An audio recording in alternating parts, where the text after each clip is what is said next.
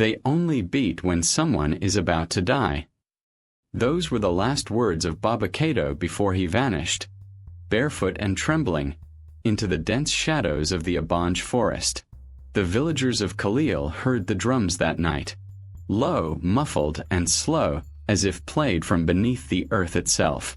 Most ignored it, pretending it was thunder or the moaning of old spirits angry at the dry season. But not Nia. Nia, a stubborn 22-year-old apprentice healer, heard something else in the rhythm. Her name. She wouldn't say it out loud, not even to her mother, but each beat thudded in her chest like a pulse calling her home. That night, the village rooster screamed at midnight and dropped dead, its eyes a cloudy white. The next morning, the boy with the drum, Musa, only 11, was found in the healer's hut, staring at the ceiling, his mouth stretched wide open in a scream he never got to finish. But there were no wounds, no blood, just a single black feather in his hand and a drum pattern scratched into the wall with his fingernails. They said long ago, during the days of tribal conquest, the Njaba people carved drums from the hollowed bones of those they had slain. These Njaba drums could speak to the dead and call upon spirits darker than any night. The secret of their crafting was lost, or so everyone thought. But when Musa's body was buried and the drumming returned that very night, this time faster, urgent, almost panicked, Nia knew the old tales were not just stories. She went to Baba Cato's hut, abandoned since his disappearance. It was buried in weeds and silence. But inside she found his journal, filled with sketches of drums made of bone, instructions written in blood, and one line repeated again and again. Don't follow the rhythm. Don't echo it. It leads you to the floor. Then she noticed the floorboards were warped, one slightly raised. She lifted it. There was no ground beneath the hut, only a pit. And inside something was breathing. Nia returned at sunset with a torch and a charm necklace her grandmother had blessed with river oil and lion's breath. She descended into the pit, where the air was thick and wet like the inside of a mouth. The walls were lined with scraps of skin, feathers, and carved masks too old to date. And then, in the darkness, she saw it, a drum unlike any she'd ever seen. The skin was taut and veined, glistening as if still alive. Its base was carved bone, but it was too large to be human. It stood alone, pulsing slightly.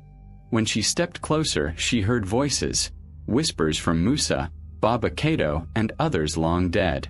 Play us home. Beat the skin. Let the darkness in. Nia backed away, but the floor above creaked and collapsed. She woke up hours later, the torch out, her charm necklace broken. Something had scratched her arms and feet, shallow marks, like it had tasted her fear and left her alive. For now. But worst of all, her heartbeat matched the drum's rhythm. It was inside her now. In the days that followed, Nia began to hear the drums even in silence. During meals, in her sleep, even when others were talking. The beats followed her footsteps, echoed behind her laughter. She tried to warn the elders, but they dismissed her. Only Ao, her younger cousin, believed her. He was curious, naive, and reckless. One night, she woke to find Ao missing and the floorboard in Baba Cato's hut open again.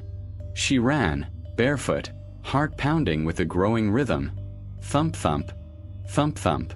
Ao was below, holding the drumsticks, eyes glazed. He smiled at her. I played it, Nia. I saw them. I saw everyone. Musa, Baba, even your father. They're beautiful now. And then the drum opened. Not literally, but from its surface came a rippling shadow that crawled along the walls, whispering and laughing in a dozen tongues. It latched onto Ao's back, merging with his spine. He collapsed, spasming. Nia grabbed him and ran, dragging his twitching body from the pit. She didn't stop until dawn broke over the hills. Ao awoke with white eyes and no memory. But the drumming had stopped. Days passed in eerie calm. But then came the signs. Dogs howling in daylight, milk curdling the moment it left the gourd, and shadows that didn't move when you did. Nia realized the truth. The drum didn't need to be played anymore.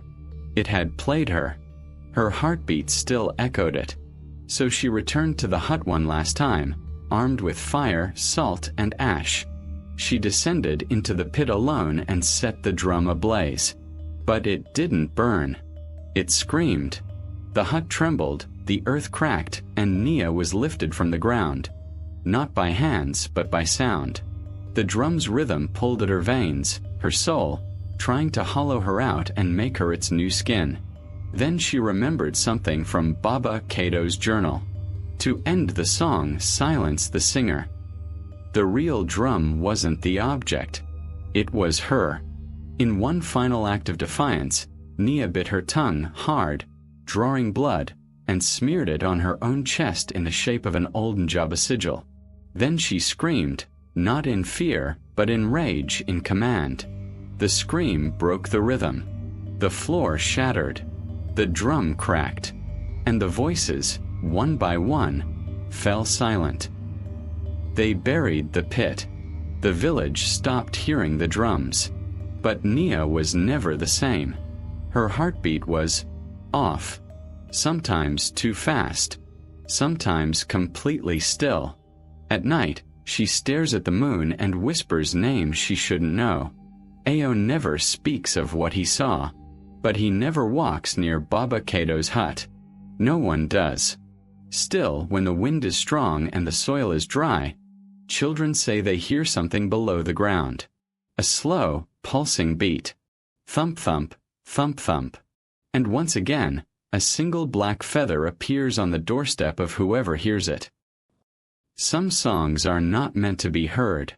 Some drums are not meant to be played. But once you hear the beat, it never stops.